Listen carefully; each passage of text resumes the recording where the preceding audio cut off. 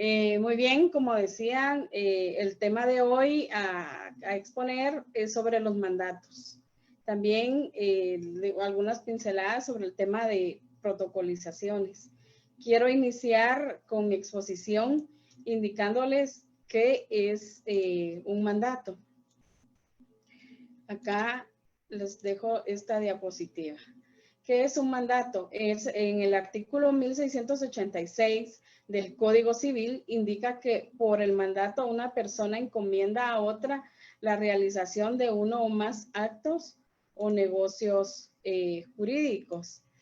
En este caso, no se trata de una definición típica, sino un concepto de la función y razón de ser del contrato que una persona realiza por cuenta de otra y que por encargo de esta uno o más actos determinados.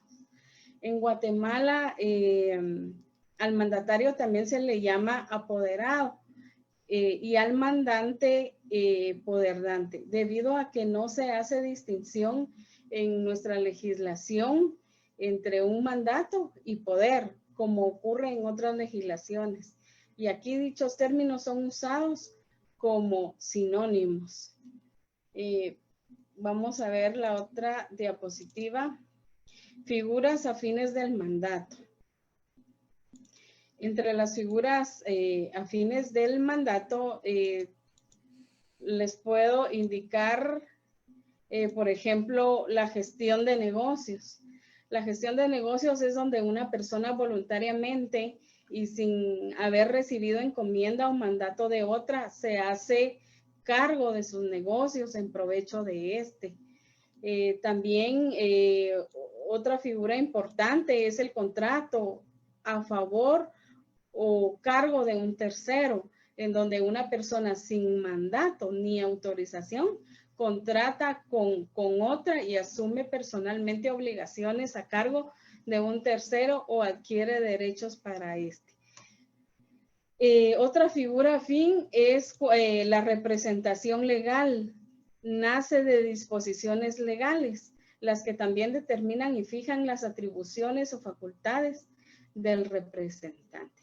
Respecto a las modalidades esenciales que no se deben de obviar en el documento, pero antes yo quiero hablarles también de unas modalidades, por ejemplo, la onerosidad, la revocabilidad y la gratuidad. La onerosidad del mandato en nuestro sistema jurídico esencialmente oneroso y solo será gratuito si así se conviene por las partes.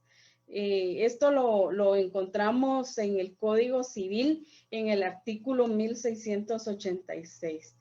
Respecto a la revocabilidad, a diferencia de los que ocurren en otros países como México, España, Italia, en donde se permite el otorgamiento de mandatos irrevocables, en Guatemala el mandato es esencialmente revocable.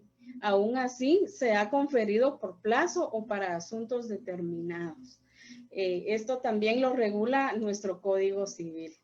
Es gratuito únicamente si el mandatario lo ha expresado, lo ha aceptado expresamente. Así pues, existe una presunción legal de onerosidad.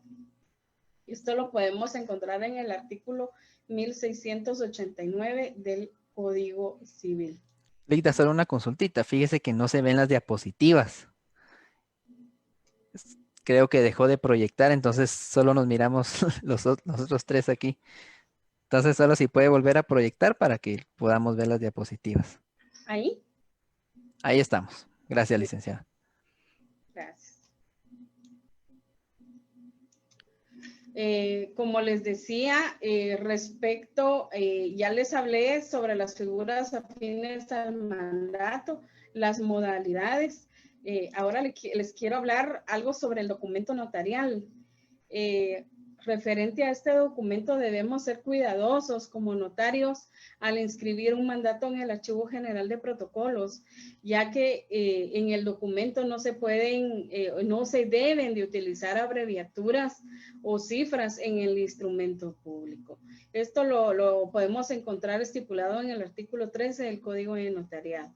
Asimismo, cuando necesitemos del apoyo de testigos, no se debe de omitir hacer constar que él o los testigos son civilmente capaces, idóneos y de conocimiento del notario.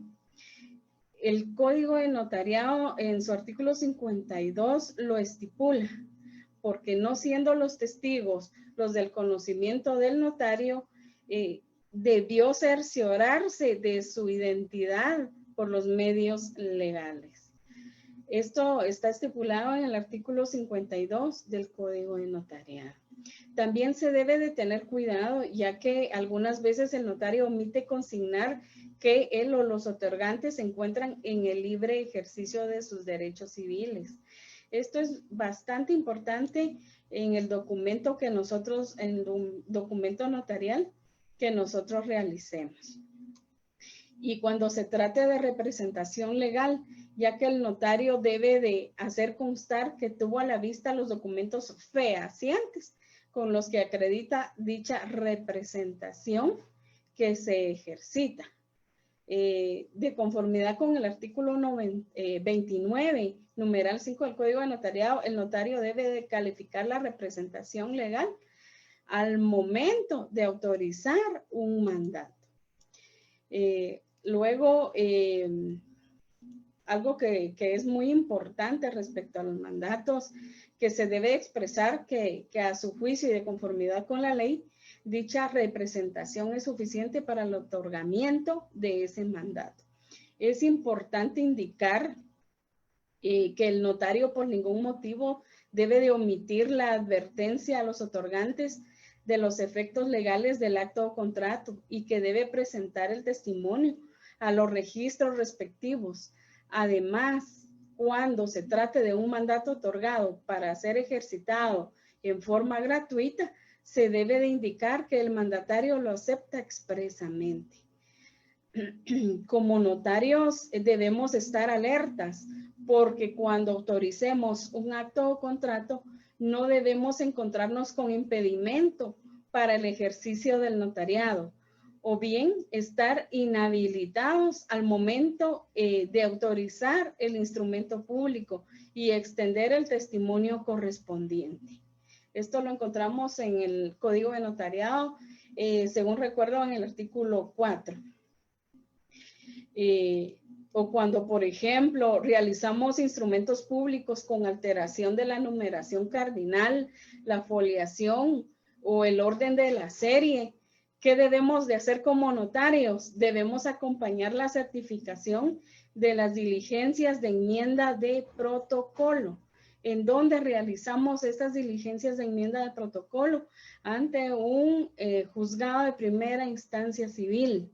Ahí realizamos estas enmiendas y ya con la certificación de las enmiendas que hemos realizado, ya nos ampara para seguir con el trámite respectivo.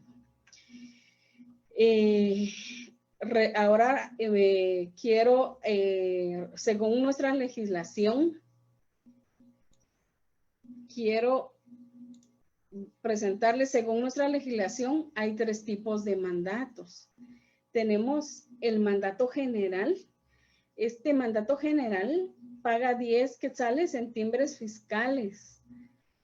El mandato especial paga 2 quetzales en timbres fiscales. Y el mandato judicial está exento.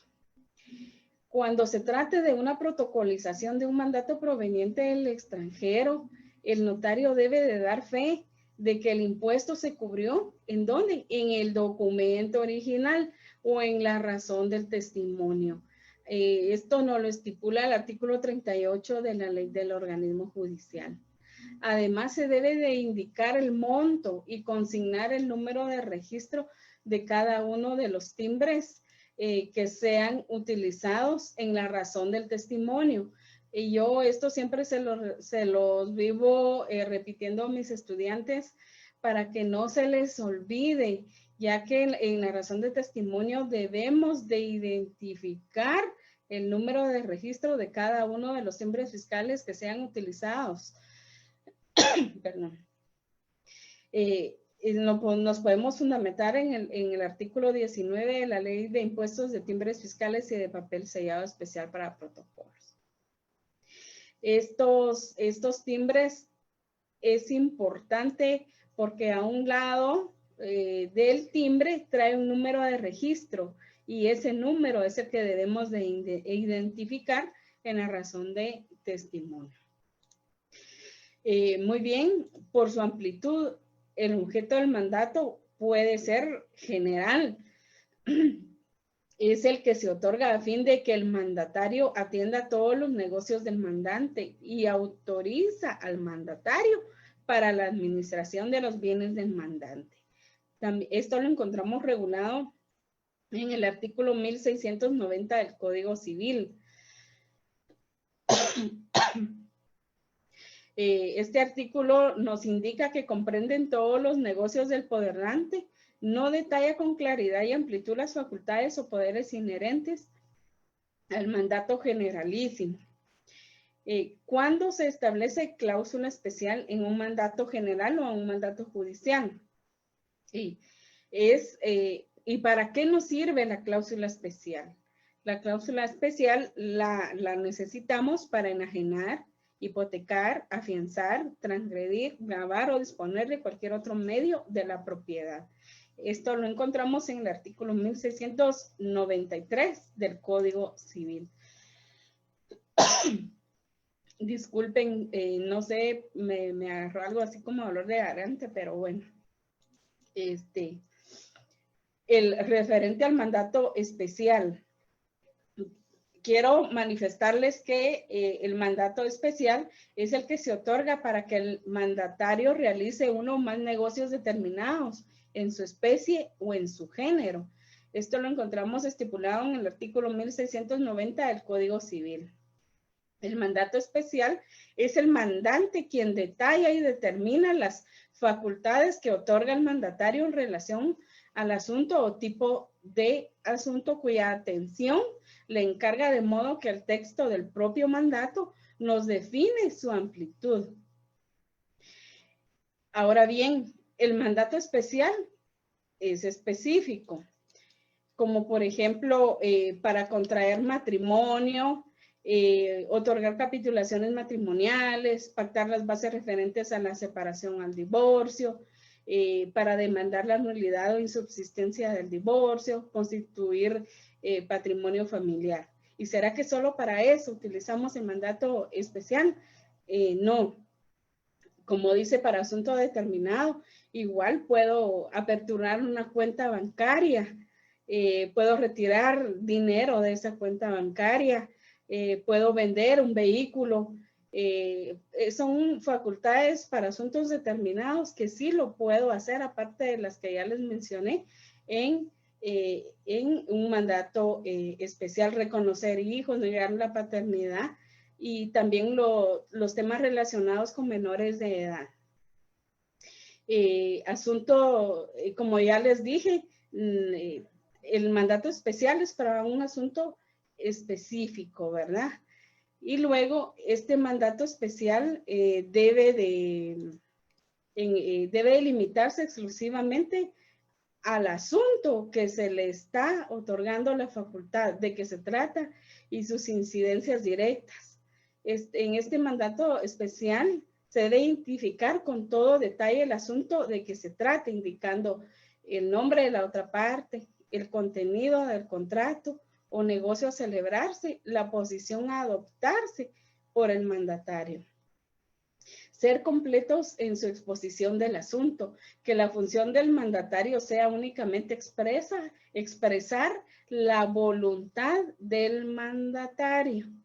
Quiero hacerles una aclaración. El mandato especial con cláusula especial no existe. La cláusula especial la podemos utilizar con el mandato general y el mandato judicial. Con el mandato especial, no. El mandato es especial con representación, pero, por ejemplo, pero la cláusula especial solamente va con el general y el judicial. Respecto a la facultad de donar, el artículo 1692 del Código Civil nos indica que se necesita poder especial para donar entre vivos. La donación puede hacerse por medio de apoderado, pero el poder debe designar la persona del donatario y especificar los bienes objeto de la donación y condiciones a que queda sujeta, ¿verdad? Entonces, debemos recordar que un mandato solo es gratuito el mandato si el mandatario hace constar de manera expresa que lo acepta. Esa palabra de aceptar es muy importante en un mandato. Y esto lo encontramos regulado en el artículo 1689 del Código Civil. Ahora, referente al mandato judicial, ¿qué nos dice la ley referente a estos mandatos?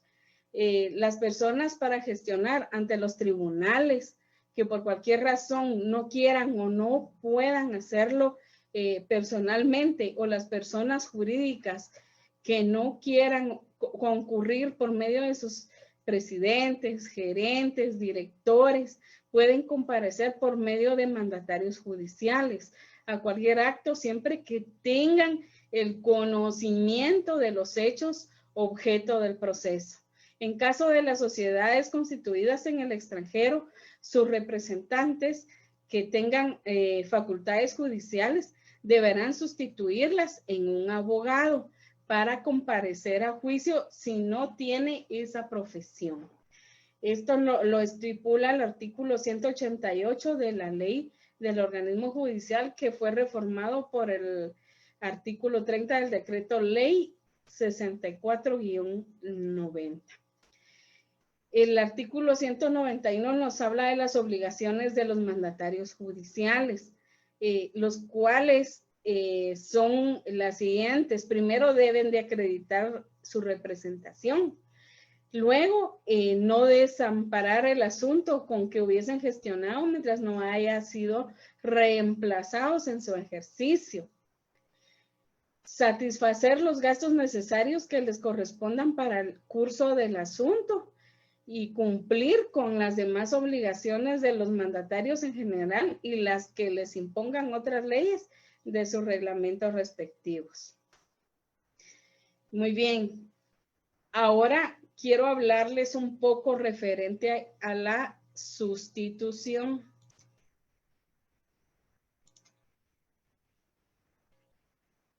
Ya vamos a entrar acá. Quiero hablarles un poco referente a la sustitución de conformidad con los artículos 1702 y 1707 del Código Civil. También la ley del organismo judicial en su artículo 190 nos indica que el mandatario debe estar facultado expresamente para sustituir el mandato total o parcialmente. Además, se debe de indicar si la sustitución es con o sin reserva de ejercicio. Esto lo tenemos que tener siempre en mente al momento de realizar un mandato para sustituirlo. Otro punto importante cuando realizamos un mandato judicial o mandato general o especial que contienen facultades judiciales, se debe de hacer constar que el mandatario es abogado o bien pariente dentro de los grados de ley del mandante. Esto también lo encontramos estipulado en la ley del organismo judicial. Asimismo, cuando realizamos un mandato y que se trate de escrituras públicas complementarias o modificativas del contrato, debe de coincidir con el número de registro del mandato original, nombre del mandante o del mandatario original, clase de mandato que se modifica o el nombre del notario autorizante, fecha de inscripción del mandato, número, lugar del instrumento público, nombre del notario autorizante, de conformidad con el artículo 29, numeral 7 del Código de Notariado. También debemos de tener presente que una persona distinta no puede dar consentimiento en nombre de otra sin estar expresamente facultado. Esto lo encontramos en el artículo 1251 del Código Civil. Otro punto importante, cuando realizamos un mandato, no debemos realizarlo con facultades relacionadas con la patria potestad o guarda, custodia, tutela, ya que estas no pueden ser delegadas contractualmente. Y todo esto lo encontramos fundamentado en el Código Civil. Todo lo referente a la patria potestad lo debemos diligenciar ante un juez de familia. No podemos otorgar estas facultades de menores sobre la patria potestad y todo eso a través de un mandato. Debe ser diligenciado a través de un juez de familia. Eso es algo muy importante que debemos tener en mente. Asimismo, al realizar un mandato, mucho ojo referente a una empresa mercantil que ya está se reputa como un bien mueble y como tal no puede ser sujeto de derechos y obligaciones. Esto lo encontramos regulado en el artículo 655 del Código de Comercio. ¿Qué pasa cuando se es mandatario judicial? Pues de conformidad con la ley del organismo judicial, únicamente pueden ser mandatarios judiciales los abogados cuando se trata de la representación de un cónyuge, de su conviviente, cuya unión de hecho estuviera inscrita en el registro civil respectivo y bien de sus parientes en el grado de ley. También hay que tomar en cuenta cuando se caen errores u omisiones de fondo. Deben comparecer a ampliar, aclarar, modificar o ratificar los otorgantes, según sea el caso. Cuando en un mandato se cometieron errores de fondo y usted viene como notario y lo presenta al Archivo General de Protocolos para su inscripción y le suspenden por ese error, usted como notario no vaya a venir y en su oficina viene y bueno, lo amplía, lo modifica, lo aclara, según sea el caso y lo firma por mí ante mí. Error. Cuando son errores de fondo, usted debe de realizar esa aclaración, ampliación, conjuntamente con los otorgantes de ese mandato inicial. Y acá lo dice claro el artículo 31 y 77 del Código de Notariado, donde lo debemos de realizar conjuntamente con los otorgantes. Ahora bien, referente al tema de las facultades otorgadas, debemos de ser cuidadosos cuando se requiere ejercitar la facultad de donar, que era lo que ya les había mencionado con anterioridad, que se necesita ¿qué? Un mandato especial y deberá designarse al donatario, debe de especificar en ese mandato los bienes que va a donar, así como las condiciones a que está sujeta la donación. Todo ello lo encontramos estipulado en el Código Civil. Ahora bien, respecto al contrato, debemos de tener presente que al notario le es prohibido. ¿Qué le es prohibido al notario? Autorizar actos o contratos a favor suyo o de sus parientes. Esto está regulado en el artículo 77 del Código de Notariado. Otro punto que debemos de tener en mente, ¿qué va a pasar cuando un mandato ya cumplió con el plazo estipulado inicialmente? Pues este no puede prorrogarse, el mismo se da por finalizado y lo encontramos fundamentado en el artículo 717 a 1726 del Código Civil.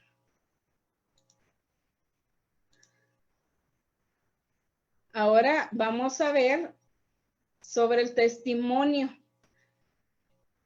¿Qué es el testimonio? Recuerden que el testimonio es la reproducción de la copia fiel del instrumento público, tal y a como aparece en el protocolo. Esto lo encontramos regulado en el artículo 66-70 del Código de Notariado. Se debe tener cuidado que el testimonio, ya sea para el respectivo registro o para el requiriente, debe de estar completo. No debe de faltar ni una hoja al momento de enviar al registro ese testimonio. Debemos ser bien cuidadosos, notarios, al momento de realizar esta actividad. Asimismo, los testimonios serán compulsados por el notario autorizante y las hojas del testimonio serán numeradas, selladas y firmadas por el notario. Al final del instrumento indicará el número de hojas, de que se compone, personas a quien se extiende y lugar y la fecha en que se compulse. Yo a mis estudiantes siempre les recuerdo y les repito esto en clase para que no se nos olvide y no cometer error al momento de mandar a registrar un testimonio.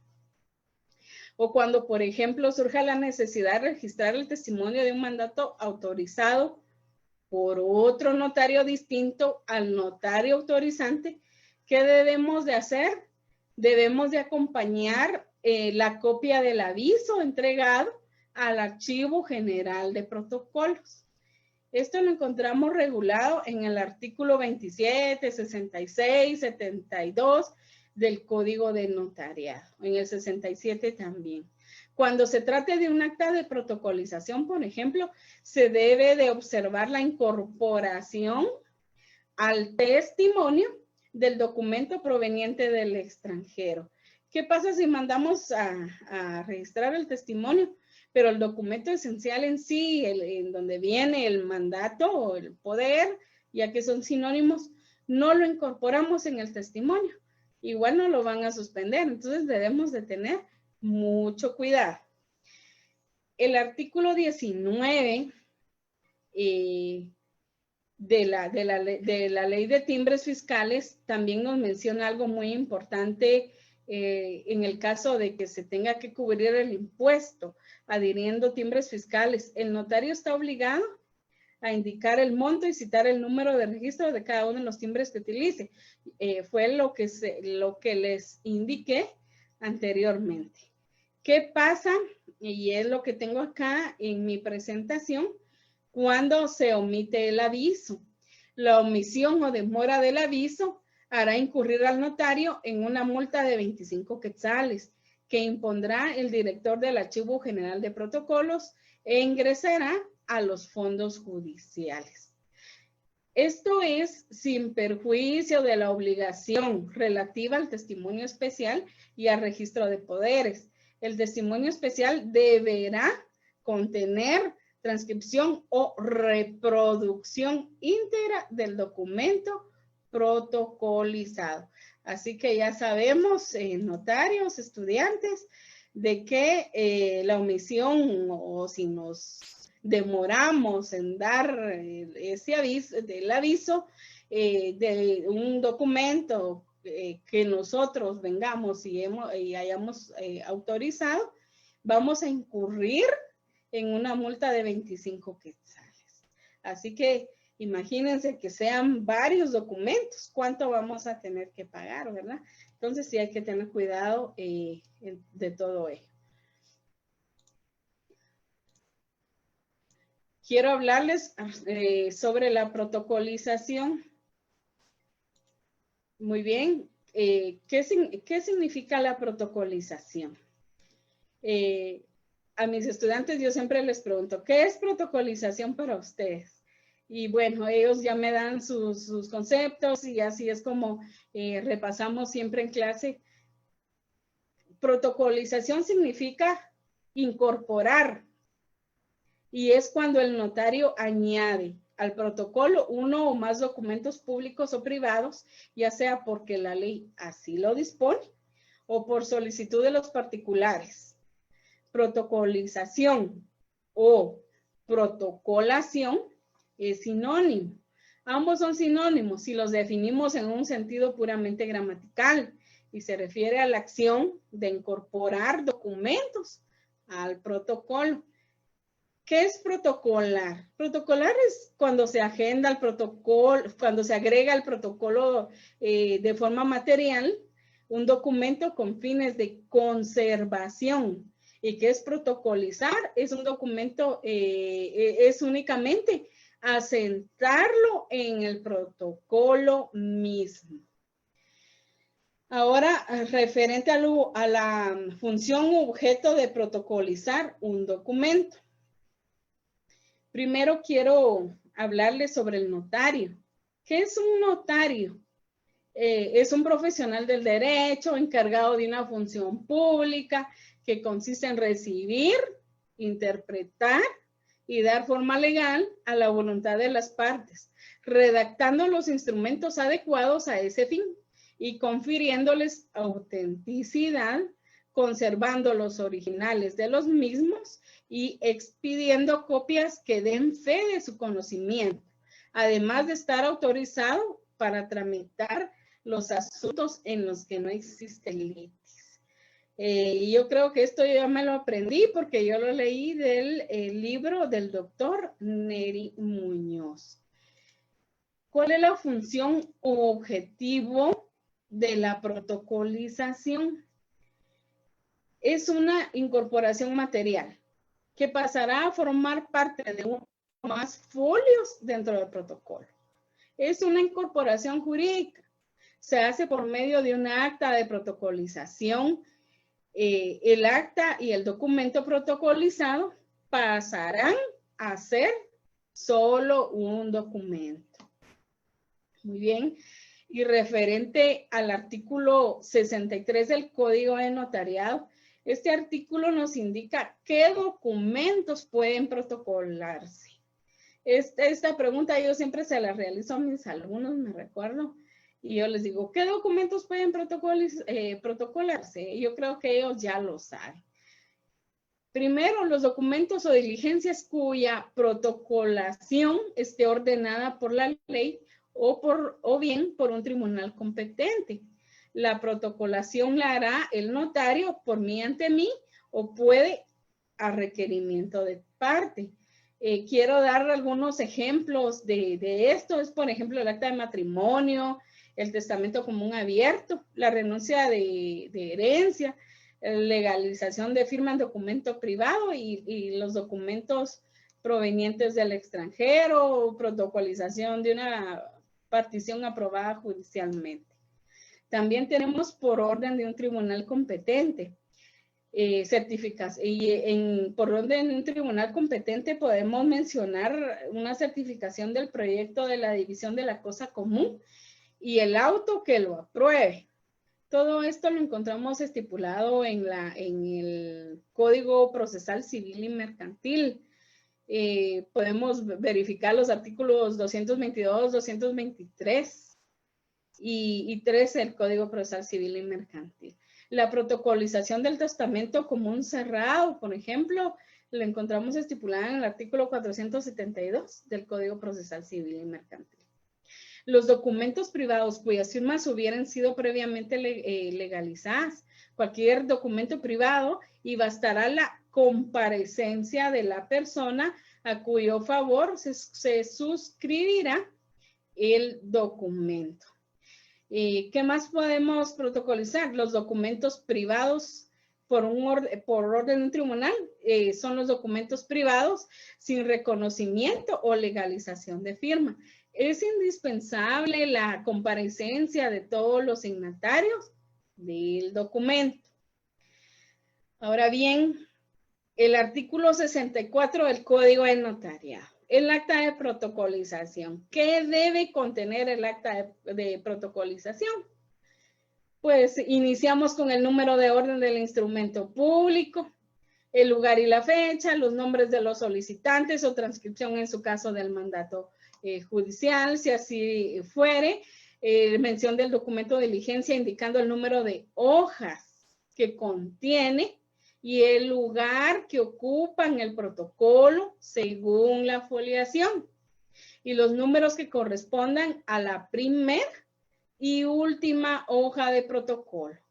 Esto lo debemos de tener en mente. Este artículo lo debemos de tener en mente porque es muy importante al momento que nosotros realicemos una protocolización. Y finalmente la firma de los solicitantes en su caso y la del notario. Y por último, fe de cubrir el impuesto en el documento original.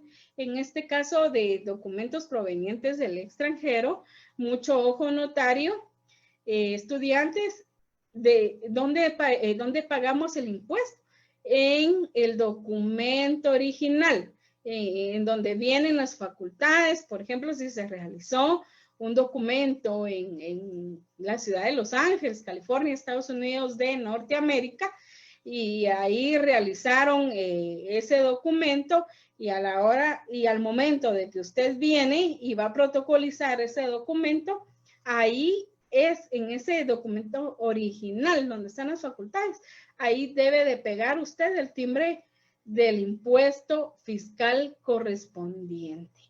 Usted como notario se vuelve asesor, debe de darle forma legal a todos los documentos. ¿Qué pasa si viene de Estados Unidos de América un documento, carta poder, y luego usted lee las facultades y usted dice, bueno, estas facultades son para un poder especial. ¿Cuánto paga un poder especial? 2 quetzales. ¿En dónde pego el timbre fiscal? En ese documento original que viene de Estados Unidos. ¿Y será que como carta poder me lo van a escribir en el archivo general de protocolos? No, si usted lo va a identificar como carta poder, no se lo van a escribir. Usted como notario asesor y como lo hizo, este documento lo realizó un notario extranjero, ¿verdad? Entonces usted viene y le da forma legal y al leer las facultades es un poder especial, pues así lo denomina, como poder especial con representación, paga el impuesto y ahí está, ya para mandarlo a inscribir. Quiero hablarles más sobre los mandatos otorgados en el extranjero. Según el artículo 43, reformado por el artículo 3 del decreto ley 64-90, los funcionarios diplomáticos, consulares guatemaltecos, docentes, notarios, están facultados para hacer constar hechos que presencien y circunstancias que le consten y autorizar actos y contratos en el extranjero que hayan de surtir efectos en Guatemala. Asimismo, podrán autorizarlo los notarios guatemaltecos y todos lo harán en papel simple. A mí me decía una amiga, me dice, licenciada, yo voy a ir al extranjero y voy a realizar un mandato allá. ¿Puedo sacar las hojas de papel especial para protocolo? Y digo, no pueden salir de Guatemala. Ese documento, usted se va al extranjero, pero antes de irse al extranjero ya le voy a decir más adelante qué es lo que tiene que hacer. Y allá usted viene y en papel simple, surtiendo los efectos legales como acto notarial, porque usted como notario guatemalteco sí conoce las leyes. Y si se va al extranjero a hacer un acto notarial, también debe de tomar en cuenta al momento de protocolizarse a partir de la fecha en que fueron protocolizados acá en Guatemala. Pero antes de venir y entrar más a fondo en esto, yo quiero hablarles sobre la apostilla, ¿verdad? La apostilla. El decreto 1-2016 del Congreso de la República aprueba el convenio que suprime la exigencia de legalización de los documentos públicos extranjeros y designa a quién, al Ministerio de Relaciones Exteriores como la autoridad competente para emitir la apostilla. La apostilla es un certificado externo en un estado parte que acredita el origen de un documento público y la autenticidad de la firma del funcionario local del país en el que se ha emitido. La apostilla podrá redactarse en la lengua oficial de la autoridad que lo expida. Las menciones podrán ser escritas en una segunda lengua.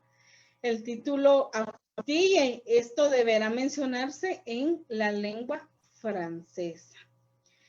Vamos a ver las obligaciones posteriores a la protocolización. Estas obligaciones, usted como notario ya las debe de saber al momento que realiza una protocolización. El artículo 40 de la ley del organismo judicial nos indica que los notarios deberán dar un aviso al Archivo General de Protocolos dentro del plazo de 10 días de cada protocolización que realicen de acuerdo con la ley. También deben de tomar en cuenta notarios, estudiantes, que al momento de realizar una protocolización, la fecha del lugar en que fue expedido el documento, funcionario que lo autorizó, objeto del acto, nombres y apellidos de los otorgantes o personas a que se refiera, impuestos que hubieran sido pagados en el acto de protocolización. El archivo extenderá comprobante por cada aviso y llevará índices anuales en orden alfabético de los otorgantes.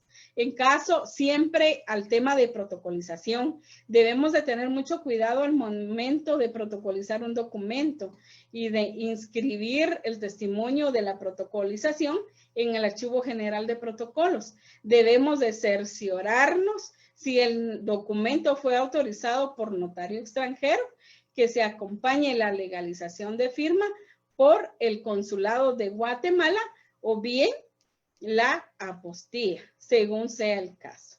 La legalización del Ministerio de Relaciones Exteriores, la legalización de firma del notario autorizante del documento proveniente del extranjero. Asimismo, la traducción jurada por traductor jurado autorizado en la República de Guatemala. Esto lo encontramos en la ley del organismo judicial en su artículo 37.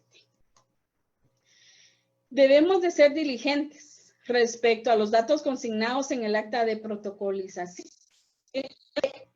Deben de coincidir con los consignados en el documento proveniente del extranjero. ¿Qué es lo que debemos nosotros como notarios verificar con mucho cuidado? La clase de poder que se otorga, la fecha de autorización del documento, la fecha de traducción jurada, lugar de autorización del documento, denominación de la entidad mandante, clase de poder que se otorga, nombres de mandantes o mandatarios, fecha de autorización del documento, fecha de los pases de ley, lugar de autorización del documento. Todo esto nos lo indica el artículo 64 del Código de Notariado. Tenemos que tomar en cuenta también que la traducción jurada no debe de adolecer de ninguna formalidad, como por ejemplo, se debe de realizar por traductor jurado autorizado en la República de Guatemala, en este caso por el Ministerio de Educación. Se debe de indicar que se realizó bajo juramento. Esto debe hacerse antes de la protocolización del documento. Si no hubiere traductor jurado para algún idioma en particular, se debe de realizar bajo juramento por 2 personas conocedoras del idioma con legalización de firmas y estas firmas debe estar firmada y sellada. Esto también lo encontramos en el artículo 37 del organismo judicial. Siempre en relación a la traducción jurada debemos de tener mucho cuidado con los datos consignados en el acta de protocolización. Que estos coincidan con los consignados en la traducción jurada. Debemos de ver bien eso al momento de realizar una protocolización. En cuanto a los nombres de los mandantes o mandatarios. A ver, ¿qué pasa si en la traducción jurada no están, varía un nombre o un apellido de uno de los mandantes o de los mandatarios, por ejemplo? Y al comparar con el documento que viene del extranjero y de la protocolización y la traducción jurada, pues acá se lo van a suspender. Entonces, por eso debemos tener mucho cuidado el nombre de los mandantes o mandatarios, la clase de poder que se otorga, la fecha de autorización del documento proveniente del extranjero, la fecha de traducción jurada, la fecha de los pases de ley, lugar de la autorización del documento proveniente del extranjero, si fue en España, en Los Ángeles, etcétera, denominación de la entidad mandante o mandataria y la clase de poder que se otorga. Esto lo encontramos en el artículo 29 del Código de Notariado. Cuando realicemos el acta de protocolización debemos de verificar que coincidan los datos en cuanto a número de hojas de papel sellado especial para protocolo, en que queda contenido el documento, número de orden y de registro de papel sellado especial para protocolo, número de hojas en que está contenido el documento que se protocoliza, número de orden, fecha, lugar del instrumento público.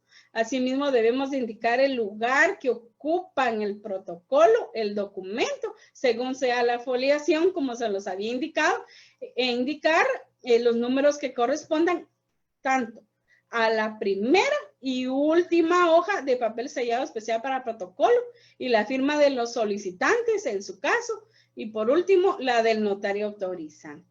Esto lo encontramos en el artículo 64 del Código de Notaría.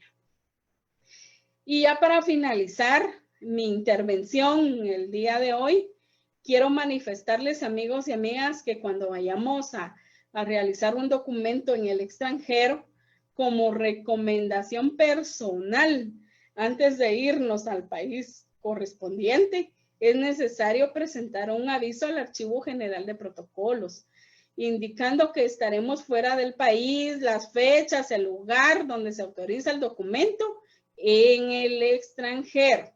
Este artículo, tengámoslo en mente, nos lo indica el artículo 27 del Código de Notariado. Es muy importante realizar este requisito antes de irnos a otro país a autorizar un documento. Bueno, muchas gracias por su atención. Hasta acá llegó mi intervención. Dejo en el uso de la palabra a los moderadores de esta actividad. Muchísimas gracias, licenciada Norma Santos, por su magistral exposición en esta conferencia. Ahora vamos a proceder con el siguiente punto de la agenda, que es que le voy a dirigir unas preguntas que hemos recopilado de las personas que están atendiendo la conferencia y usted tendrá a bien contestar cada una. La primera que nos hacen llegar es: ¿qué sucede cuando una persona solicita la realización de un mandato y no habla español? Bueno, en este caso, si la persona que va a la oficina de un notario a querer otorgarle un mandato con ciertas facultades a otra persona, pero si no habla el español, pues usted como notario debe de solicitar la intervención de un intérprete en virtud de que el otorgante no habla el idioma español. Esto lo encontramos regulado en el artículo 29 también del Código de Notariado. Muchas gracias, licenciada. La siguiente sería: ¿el Archivo General de Protocolos podrá inscribir un mandato realizado por un notario cuando éste no ha pagado la apertura del protocolo? No. No, ¿por qué? Este será suspendido. Cuando usted notario no ha pagado la apertura, digamos es el mes de enero, y no ha pagado la apertura, pero llegan a su oficina y le dicen: licenciado, yo necesito otorgarle un mandato a mi esposa porque voy a salir del país y me urge y ya quiero que lo registre y todo. Y ustedes dicen: bueno, se lo voy a realizar, y lo hace y todo, pero al momento de mandarlo al archivo, se lo suspende. ¿Por qué se lo suspende? Este será suspendido al momento que se presente el testimonio. para su inscripción, porque el notario que no haya pagado el derecho de apertura de protocolo, según el artículo 11 del Código de Notaría, no puede cartular. Primero debe de pagar su apertura y después ya autorizar todos los contratos para posteriormente sus respectivos registros. Muchas gracias, licenciada. La siguiente sería, perdón. ¿Qué sucede si el notario presenta un mandato al Archivo General de Protocolos para su inscripción por segunda vez, cuando este ha sido rechazado y el notario solamente testó el error de forma por el cual había sido suspendido? Muchas gracias, Oscar. En estos casos la ley es clara. La ley es clara al decir que no se aceptan testados, adiciones o entrerenglonaduras de instrumentos públicos. Una vez haya sido suspendida su inscripción en el registro electrónico de poderes, por lo que corresponde en este caso aclarar, ampliar o modificar según sea el caso en estos temas. Y eso también lo encontramos fundamentado en el artículo, en los artículos de notariado 14 y 36, si no estoy mal, y también en el Código Civil. Muchas gracias, licenciada. Y ya por último, ¿en qué consiste la apostilla?